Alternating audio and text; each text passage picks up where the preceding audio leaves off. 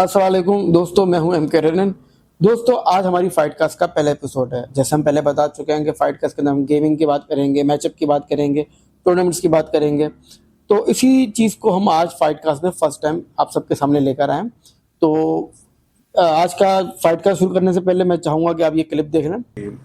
इस साल जो टेकन वर्ल्ड टूर के फाइनल्स तो आपको पता है कि जापान में दिसंबर में आने वाले हैं। बिल्कुल जो ओवरऑल रैंकिंग और प्लेयर्स की तैयारी है और जो मौजूदा सूरत हाल है वो पाकिस्तान के लिए खतरे की घंटी है। प्लेयर्स को अपने जो है तैयारी के मैयर्स जो है ना वो चेंज करने होंगे। ठीक है, ओवरहॉलिंग करनी होगी, देखना होगा दोबारा से। देख रहे हैं, आपने क्लिप देख ली होगी। इस क्लिप के अंदर काशिफ रशीद ने अपने कुछ खदशात का जिक्र किया था और वो खदशात उनके अनफॉर्चुनेटली सही निकला है। और आज हमारे मेहमान भी काशिफ रशीद हैं। अस्सलाम वालेकुम काशिफ रशीद, कैसे हैं आप? जी वालेकुम अस्सलाम तारिक, कैसे हैं आप? अल्हम्दुलिल्लाह बिल्कुल ठीक ठाक। अल्लाह का शुक्र है काशिफ भाई। काशिफ भाई, ये बताएं कि माहौल कैसा चल रहा है? कराची में तो सर्दी आ चुकी है, अब आप बताएं वहाँ का माहौल कैसा है? माहौल अंदर का थोड़ा सा अफसुर्दा है और वैसे ठंड चल रही है। आपने जैकेट वगैरह पहनी है, आपने देखी होगा, ठंड वगैरह हो रही है यहाँ पर। काशिफ भाई, आपकी बातों से लग रहा है कि आपने मैचेस देख लिए हैं, तो वो आप क्या बात कहना चाहेंगे मैचेस के बारे में? जी, अभी ताज़ा ताज़ा क्या ज़ख्म है। ज़ख्म उस वाले से कि जो हमारी उम्मीदें होती हैं हमेशा कि हम ये टाइटल लेके आएंगे, वह इस बार नहीं आ सका। लेकिन ये खेल का हिस्सा है, डिसपॉइंट नहीं होना चाहिए। अल्हम्दुलिल्लाह हमने फाइनल खेला है, तो किसी एक ने तो जीतना था, तो इस पर डिसपॉइंट होने की ज़रूरत नहीं है।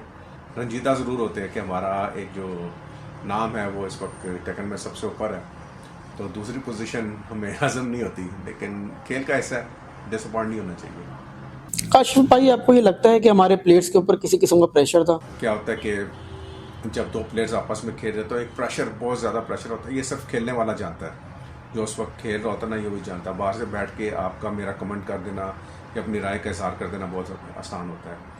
आप बाज़ देखते हैं कि बड़ी जनरल सी चीज़ें जो है ना वो मिस हो रही होती हैं, लेकिन जो प्लेयर्स इस वक्त खेल रहे होते हैं उस पर जो प्रेशर होता है और वो जिस चीज़ को टैकल कर रहे होते हैं वो सिर्फ टूर्नामेंट खेलने वाला प्लेयर ही जानता है वो किस कदर का एक ह्यूज प्रेशर होता है। और हमने ये प्रेशर देखे हैं, लेकिन अपने ज़माने में लोकल लेवल पे देखे हुए हैं। जब आप वर्ल्ड लेवल पे अपने मुल्क की नुमाइंदगी करने जा रहे थे और किस कदर का प्रेशर होता है, तो उसका अंदाज़ा आप और मैं नहीं कर सकते, वो उस वक्त खेलने वाला ही उसका अंदाज़ा कर सकते हैं। काशिफ, आपकी नज़र में टैगिन का फाइनल वर्ल्ड टूर किस तरह तारीख साज था? इस बार जो था वो तारीख साज टूर्नामेंट टेकन वर्ल्ड टूर था, क्योंकि फाइनल में दो साबिक वर्ल्ड चैंपियन आमने सामने थे और टेकन 8 का ये पहला वर्ल्ड टूर था। तो जिसने भी जीतना था उसने दोहरी तारीख रकम करनी थी और रामचो ने वो कर दिखाया। आप प्लेयर की परफॉर्मेंस और उनकी तैयारी को किस तरह देखते हैं? प्लेयर्स की परफॉर्मेंस के मतलब देखिए, परफॉर्मेंस जो थी बहुत अच्छी थी ओवरऑल, ठीक है। लेकिन आपको याद होगा कि पिछले इंटरव्यू में मैंने अपने तहफ़्फ़ुज़ात का इज़हार किया था कि मैं क्योंकि प्लेयर्स के साथ इन टच रहता हूँ, उनकी वीडियोस वगैरह भी देखता रहता हूँ, मैचेस वगैरह आता हूँ, मैं अपने तौर पे एनालिसिस करता रहता हूँ इस चीज़ के। तो मेरे तहफ़्फ़ुज़ात थे इनकी तैयारी के मतलब ना कि पुराने तरीक़ों से अब जो है ना तैयारी नहीं चलेगी, जदीद और साइंटिफिक तरीके जो हैं वो अपनी तैयारी में ऐड करने पड़ेंगे। तैयारी के पुराने और नए तरीकों की वजाहत करेंगे सर आप? देखें, पुराने तरीकों में क्या होता था कि प्लेयर्स आपस में बैठते थे, प्रैक्टिस मोड लगाई, दो प्लेयर्स आपस में आ गए, करैक्टर्स के मूव सेट चेक किए, मूव लिस्ट चेक की, प्लस माइनस चेक किए और उसके हर मूव के मतलब तमाम मुमकिन जो सिचुएशंस थी उनको ग्राइंड करते थे और हम खेलना शुरू हो जाते थे। जबकि अब आपको ना जदीद तरीके अपनाना, वीडियोस की फोरेंसिक करनी पड़ेगी, एक एक मैच को देखना पड़ेगा, एक एक लम्हे को, एक एक फ्रेम को आपको देखना पड़ेगा कि इस फ्रेम पे इस वक्त में मुझ पे ये प्रेशर था, मैं ये सोच रहा था, तो मुमकिन तौर पे मेरा ओपोनेंट क्या सोच रहा था उस वक्त। जो अटैक मैं दे रहा था तो मेरा जो है अटैक वो मेरा ओपोनेंट वो उसको किस तरह दे रहा था। इन चीज़ों को ग्राइंड करना पड़ेगा।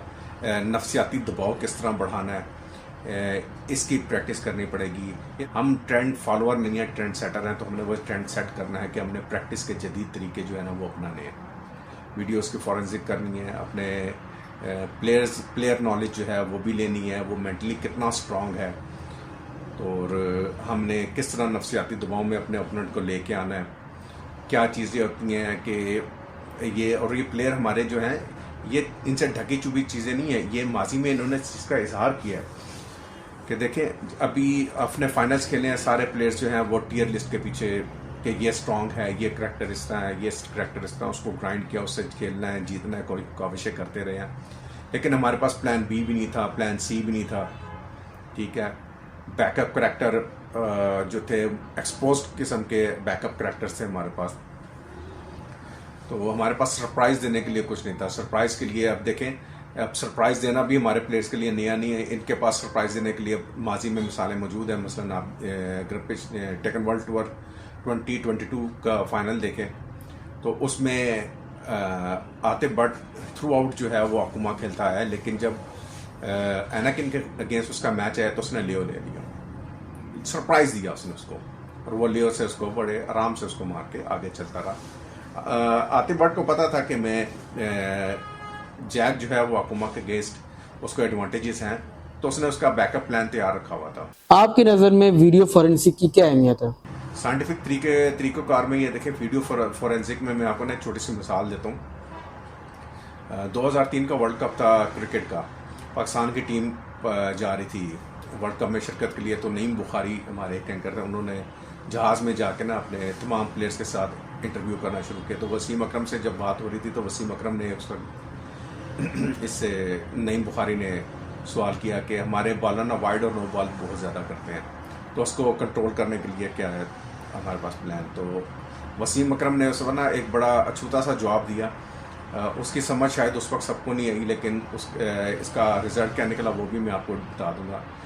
वसीम अकरम ने कहा कि बाज़ औक़ात वाइड बात खुद करनी पड़ती हैं। अच्छा, ये तो खैर वक्ती तौर पे एक जवाब था। वर्ल्ड कप का जब पहला मैच आया पाकिस्तान का ऑस्ट्रेलिया के अगेंस्ट, वसीम अकरम आया, वसीम अकरम का पहला ओवर था, उसने एडम गिलक्रिस्ट फेस कर रहा था। वसीम अकरम ने पहला लात पर गेंद रख के, अब वो मैं क्रिकेट की टर्मिनोलॉजी क्योंकि मैं खुद प्रोफेशनल क्रिकेट खेलता रहा हूँ तो बाकी लड़कों को अच्छी तरह समझ आ जाएगी जो खेलने वाले हैं, उसमें लात पर रख के हल्का सा इन स्विंगर किया, लेफ्ट हैंडर था, दोनों लेफ्ट हैंडर हैं, गेंद लेग स्टंप से वाइड होगी। तो वसीम अकरम ना हाथ सीधे करके जब नहीं होता नया बॉलर आया और नया पहला गेंद है सही तरह नहीं पड़ा, ठीक है। सेकंड बॉल उसने की, थोड़ा सा अंदर रखे, फिर उसने इन स्विंगर किया, जोगस के पैड पे टकराई, तो अब उसको पक्का कर लिया, ठीक है। नेक्स्ट उसने बॉल फिर लात से थोड़ी सी बाहर रख के इन स्विंगर की, फिर वाइड होगी वो बॉल।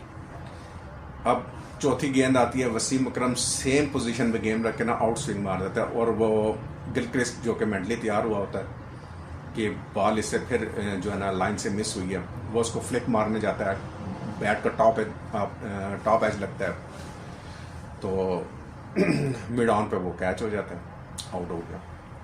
तो जैसे ही अब मैं ये सर मैच देख रहा हूँ, जैसे ही आया ना तो मैं कह रहा यार ये बड़े प्लेयर की निशानी होती है कि उसने क्या एक टिप दे दी थी कि बाज़ औक़ात वाइड्स बॉल खुद करानी पड़ती हैं, उसने इसका इज़हार भी कर दिया। तो मैं सोचने शुरू किया कि ये क्या करते रहे, इसको किस तरह पता था ये होगा। तो फिर मुझे अंदाज़ा हुआ कि ये लोग जो है ना प्लेयर्स की वीडियोस निकालते हैं, उनके फोरेंसिक करते हैं, एक एक चीज़ उनका मूवमेंट, फुट मूवमेंट देख रहे होते हैं, उसके बैट का फ्लो देख रहे होते हैं, किस तरह उसका बैट का फ्लो आ रहा है, उसके बैट की ग्रिप तक चेक करते हैं कि उसके बैट का एंगल किस तरह है, तो मैंने कौन सा बॉल करना है, किस तरह करना है, तो ये गलती करेगा। क्योंकि वर्ल्ड लेवल पे कोई भी छोटी गलती कराना भी बहुत मुश्किल काम होता है। तो इसी तरह हमारे प्लेयर्स को जो है ना वो नफसियाती वार करने, छोटे छोटे गैप निकालने, इनवाइट करने, बेट कराने, ये सारी चीज़ें, और इनको अच्छा खासा तजर्बा है, लेकिन मुझे इसमें लैक नज़र आया। अगर उस पर देखा जाए, रांगचू की गेम को देखा जाए, फाइनल की मैं बात करूंगा, उससे पहले के मुकाबले अरसलान के साथ जिस तरह रांगचू का मुकाबला बहुत क्लोज मैच था, लेकिन वो उसने जीत लिया। उसमें रांगचू ने बड़ी अटैकिंग किस्म की गेम की, ठीक है, और फिर एकदम वो अपना मोमेंटम चेंज कर देता। कोई भी प्लेयर जब खेल रहा था ना वो एक मोमेंटम के साथ खेल रहा था। उसको डिस्टर्ब करने का तरीका ये होता है कि अपने ओपोनेंट का पेस देखते हैं कि वो किस पेस के साथ खेल रहा है, उसके पेस से हटा दो। जैसे ही बंदे का पेस चेंज होता है ना तो वो डिस्टर्ब हो जाता है। फाइटिंग गेम तो लहजे की गेम होती है, एक लहजे में कुछ फ्रेम मिलते हैं, उसके बाद आपने प्लेयर को डिस्टर्ब करना और वो मैच जीत जाते हैं। अगर आपने वो मैच देखा और सलान और रांचू वाला मैच, वो बहुत कांटेदार मैच था। उसमें रांचू बार बार जो है ना वो एक गेम का मोमेंटम चेंज कर देता था। फेक अटैक भी वो बहुत ज़्यादा करता था, यानी आगे आता था, पीछे रुकता था, बंदे को डराता था, ठीक है। उसके बाद वो चुन चुन के मुंह मारा था। इसी तरह वेट करवाना कि बाज़-औक़ात होता है गेम की तरह ना, छोटी छोटी चीज़ें, जिस तरह वही वसीम अकरम वाली बात आ गई, वाइट बॉल खुद करानी पड़ती हैं। अगर फाइनल में देखा जाए एक रांगचू और इसका मैच आतिफ भट्ट का, तो आतिफ भट्ट का पेस एक ही था। जब रांगचू अटैक पे आता था, ठीक है, तो आतिफ काफ़ी दबाव में चला जाता था। उसके बाद जब गेम लेवल में आती थी तो वो फेक, इसको कहते हैं ना, ड्रावे दे के वो आगे आता था और फिर रुकता था, आतिफ भट्ट के दोबारा अटैक करने का इंतज़ार करता था। जब आतिफ दोबारा मोमेंटम पकड़ता था तो उस पर वो अटैक करने की कोशिश करता था, वो उसको काउंटर करने की कोशिश करता था। मिसाल मैं इस तरह दे दूँगा कि वो बेट किस तरह करवाता था कि आतिफ ने उसको 2-3-4 बार ड्रैगनॉफ से डाउन बैक 3+4 एक मूव है ड्रैगनॉफ का, वो उसने किक करवाई। जब भी उसने वो किक खाई है रांगचू ने, आगे उसने माइनस में होने के बावजूद अटैक खोला। अब और वो जारी बात है कि जो भी अब माइनस में होकर अटैक खेलेगा उसको पड़ेंगी, और उसको अंदाज़ा था कि आतिफ उसके बाद ना छोटे मूव्स मुसलसल को रहा, क्योंकि 10 का मूव जो है ना इसका 2-1 से शुरू होता है ड्रैगनॉफ का, जो कि लीस्ट फ्रेम का पंच है। तो उसने 2-3 बार ये मुसलसल खाई और मुसलसल यही हरकत की कि एक मिनट खाने के बाद मूव किया, आतिफ भट्ट को उसने बेट दी कि मैं इसके बाद मैशिंग कर रहा हूँ, बटन प्रेस कर रहा हूँ और मुझे आगे से छोटे छोटे मूव्स आगे मुसलसल पड़ रहे हैं। लेकिन जैसे ही वो क्रंच सिचुएशन आती है, बड़ी ज़बरदस्त यानी कि मुश्किल एक सिचुएशन थी, आतिफ भट्ट ने फिर डाउन बैक 3+4 मारा, ठीक है, और उसने आगे से मूव खोला। ये उसको मौका था कि मैंने इसको छोटी छोटी जगहों पे बेट दे के और इसको पक्का कर लिया कि मैं अब ये दोबारा खोलूँगा। और वो वॉल के पास था, उसने साइड स्टेप राइट, हल्का सा साइड स्टेप राइट किया और बड़े आराम से बगैर उसने देखे या वेट किए उसने लॉन्चर खोला और वो जीत गया वो मैच। अच्छा, क्या थी कि जब उसके पास हेल्थ ज़्यादा थी, वो छोटे छोटे चीज़ों पे पक्का कर रहा था आतिफ भट्ट को। जब उसके पास हेल्थ कम थी और उसको पता था कि या अब मैच विनिंग कॉम्बो यहाँ से लगेगा, मैच यहाँ से कम बैक होगा, तो उसने उस चीज़ को, जो जितने हिटें पहले खाई हुई थी ना, वो कैश करवाई इस वक्त उसने आके, कि अब मौका आ गया कि जो मैंने इसको, जो जितनी भी मैंने अपनी हेल्थ की कुर्बानी दी हुई है, अब इसको कैश करवा लूँ। उसने मौके में कैश करवा लिया। अब मुझे इस चीज़ में लैक ज़रूर नजर आया, लेकिन ये सारी चीज़ें हमारे प्लेयर्स के लिए नई नहीं है, इन्होंने ये पहले ये करते रहे हैं। क्या हम ये कह सकते हैं कि प्लेयर्स को मैचअप के नॉलेज का फुकदान था या सरप्राइज देने का? देखिए, असल मुकाबला था सरप्राइज देने का, ठीक है, जिसका मुझे फुकदान नज़र आया। प्लान बी, प्लान सी नज़र नहीं आया मुझे, ठीक है, जबकि ये इनके लिए नई चीज़ें नहीं हैं। इन लड़कों ने सब माजी में ये काम किए हुए हैं। अब पिछले टेकन वर्ल्ड टूर के फाइनल में देख लें, जिस तरह आतिफ ने एक सरप्राइज़ दिया, तो फाइनल में अरसलान भी ये काम कर चुका है। इसने कैटरीना लेके सरप्राइज़ दिया और वो टेकन वर्ल्ड टूर का फाइनल पिछले साल अरसलान ने इसी तरह जीता। तो सरप्राइज़ का मैं वेट करता रहा, लेकिन कहीं से सरप्राइज़ नज़र नहीं आया। लड़कों ने गेम का लेवल में किसी तरह भी कमी नहीं थी। और वर्ल्ड टूर जो भी खेल रहा है वो एक मुकम्मल प्लेयर होता है, उसको हर करैक्टर के, हर चीज़ की, सिचुएशंस का प्लस माइनस पता होता है। हालांकि 1-2 जगह आतिफ भट्ट ने रांगचू के अगेंस्ट लॉस पे लॉन्चर मारा, लेकिन मुझे इसका फीलिंग आ गई थी कि मुकम्मल फ्रेम्स का इसको इल्म नहीं है। यहाँ पर उसने चांस लिया लेकिन वो नहीं लगा। दूसरा करैक्टर भी कुछ ऐसा है अजीबोगरीब किस्म का, कुमा, कि अगर कोई बहुत स्ट्रॉन्ग किस्म का प्लेयर खेल रहा हो तो उसको हराना बड़ा मुश्किल हो जाता है। रांगचू ने इस चीज़ का इज़हार किया। काशिफ भाई, जैसे कि आपको पता है आजकल बड़ा एक ट्रेंड चला हुआ है कि हम लोग जो है ना सबसे पहले देखते हैं कि टियर लिस्ट में कौन आगे जा रहा है, तो करेक्टर उस हिसाब से लोग पिक करते हैं। तो आपकी नज़र में ये चीज़ सही है? प्लेयर्स टियर की लिस्ट के पीछे भागते रहे हैं कि, और अभी एक लड़के से डिस्कस भी हो रहा था, वो कह रहा था कि ऐसा नहीं है कि कुमा टियर लिस्ट में नीचे है, कुमा यानी कि टियर लिस्ट में काफ़ी ऊपर आता है। तो फिर मैंने उनसे बातचीत के दौरान ये बताया कि यार ऐसा नहीं है कि आप जो टियर लिस्ट में ड्रैगनॉफ, फैंग, योशिमित्सु, ये उनसे ऊपर नहीं है, लेकिन टेकन 7 में ये टियर लिस्ट में बॉटम पे था। रांगचू ने उस वक्त वर्ल्ड टूर कुमा से जीत कर दिखाया और अभी इसने वर्ल्ड टूर जो कुमा से जीत के दिखाया। तो बात ये थी कि उसकी तैयारी जो थी वो बहुत अच्छी थी, उसने वर्किंग बहुत अच्छी की हुई थी।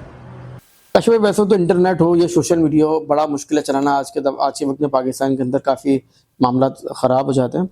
तो मैं आपसे एक चीज़ पूछना चाहूँगा यहाँ पर, क्या आजकल जो भी रिसेंटली मैंने देखा है कि एक बहुत ही मतलब हंगामा रही कह सकते हैं इसे आप, या फिर कुछ इस तरह की बातें सोशल मीडिया पे की जा रही हैं कि यार जाने से पहले तो बड़ी बातें की जा रही थी, हम ये कर लेंगे वो कर लेंगे, और गए और परफॉर्मेंस दे गए नहीं और हार गए। तो इस पर आप क्या कहेंगे? जी, नाकदीन ने उनको मौका मिल गया पाकिस्तान के अगेंस्ट बोलने का। काफ़ी अरसे से उनको मौका नहीं मिल रहा था, बस वो मौके की तलाश में थे। हालांकि वो ये नहीं देख रहे कि हमने फाइनल खेला है, ठीक है, और फाइनल में किसी एक ने जीतना होता है। दो प्लेयर खेल रहे हैं तो डेफिनेट सी बात है, मुकाबला बराबरी पे ख़त्म नहीं होगा, किसी एक ने जीतना है। और बड़े एक अच्छा मुकाबला देखने को मिला और रांचू ने जीत लिया वो मुकाबला। इसमें ऐसा नहीं है कि आपको पीछे रह गया, हम रनर अप रहे, ठीक है, हर बार जीतने रहते हैं, सेकंड नंबर पे भी आते हैं, कोई मसला नहीं। ये हर खेल का हिस्सा होता है। हर खेल जो पहलवान होता है रिंग में उतरने से पहले तो वो अपना दिखाता है। MMA की फाइट भी देखें तो दोनों पहलवान सर जोड़ के आगे तो उसको आंखें दिखा रहे होते हैं तो मैं ये कर दूंगा वो कर दूंगा, मुकाबला होता है बीच में। तो कुछ लोग हमारे बड़े प्लेयर्स की ट्वीट्स को लेकर, उनकी बातों को लेकर ये बैठ जाते हैं कि इस तरह के दावे किए, उस तरह के दावे किए। यार ये आप लोग जो है ना फेसबुक पे इस चीज़ की लड़ाइयाँ करते रहे। ये होता है बड़े लेवल पे जब आप प्लेयर जा रहा था तो अपना एतमाद दिखाने के लिए, बताने के लिए इस तरह के होते हैं। यार ये इस पे कोई ऐसी चीज़ नहीं है कि इसको संजीदा लिया जाए और इस पे कोई बातें बनाई जाए। काशिफ, क्या ऐसा आपको लगता है कि प्लेयर्स की पसंद या नापसंद उनके गेम की परफॉर्मेंस पर असरअंदाज होती हैं?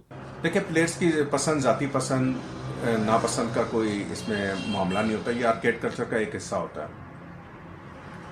प्लेयर्स की एक पसंद होती है, नापसंद होती है, किसी को राइवल बनाया होता है, ठीक है। तो इस चीज़ को भी ज़्यादा सीरियस नहीं लेना चाहिए। आर्केड कल्चर का मैंने पहले भी कहा कि हिस्सा होता है। अभी इसका मुजाहरा आप दे सकते हैं कि दोनों कोरियन प्लेयर CPM और कोकोमा खेल रहे हैं और CPM जीतता है, पहले उसको टॉन्ट करता है, फिर हाथ आगे करता है, कोकोमा उसको थम्स डाउन करता है, जिसका मतलब सब समझते हैं। उसके बाद वो उसको इस तरह हाथ ला के दोनों चले जाते हैं। तो ये राइवलरी टाइप जो होती हैं चीज़ें, ये होती हैं इसके अंदर, इस पर ऐसी परेशान कोई बात नहीं है। ये आर्केड कल्चर का हिस्सा है। आप प्लेयर्स के लिए कोई मशवरा या कोई पैगाम देना चाहेंगे? देखिए, प्लेयर्स के लिए यही पैगाम है कि अभी तो फ़िलहाल वो रेस्ट करें, अपने माइंड को फ्रेश करें, मायूसी और एक रंजीदगी की सिचुएशन से बाहर निकलें, लोगों की बातों पे मत जाएं, माइंड फ्रेश होने दें। नया सीज़न अनाउंस हो गया, गेम अवार्ड पे नया करैक्टर भी आ जाएगा, बैलेंस पैच भी आएगा, नए मूव्स भी आ जाएंगे, तो गेम एक नए मोड से घुसेगी। उसकी तैयारी करें भरपूर तरीके से, जैसे पहले करते रहे। और जो चीज़ इस बार मुझे मिसिंग नजर आए तैयारी में, उसमें एक ये चीज़ थी कि आपने अपने कम्युनिटी के मोती नहीं चुने। मोती चुनने का मतलब ये होता है कि आप कम्युनिटी में निकलें, हर प्लेयर, छोटा प्लेयर है, बड़ा प्लेयर है, उसके साथ खेलें, हर जगह पे जाएं। एक एक जो अच्छा प्लेयर होता है उसके अंदर एक एक मोती होता है। आपने हर प्लेयर से वो मोती चुनना है और चुन के अपने पास ला के उसको चमका के एक हार बनाना है, जो कि आपका सर का ताज बनता है। मतलब बड़ा सादा सा है और इसको मैंने सादा अल्फाज में समझा दिया। बहुत शुक्रिया काशिफ भाई हमारी फाइट कास्ट में आने का, और इंशाल्लाह हम आगे और भी फाइट कास्ट आपके साथ करते रहेंगे। जी, बहुत बहुत शुक्रिया तारिक, आपका भी अपने प्रोग्राम में दावत देने का। इंशाल्लाह फिर किसी मौके पे इसी तरह की एक और कास्ट के साथ हाजिर होंगे। अल्लाह हाफिज़। ये थे काशिफ रशीद जो हमारी फाइट कास्ट में आए। इंशाल्लाह नेक्स्ट पॉडकास्ट या नई फाइट कास्ट में मिलते हैं आपके साथ। अपना ख्याल रखें। अल्लाह हाफिज़।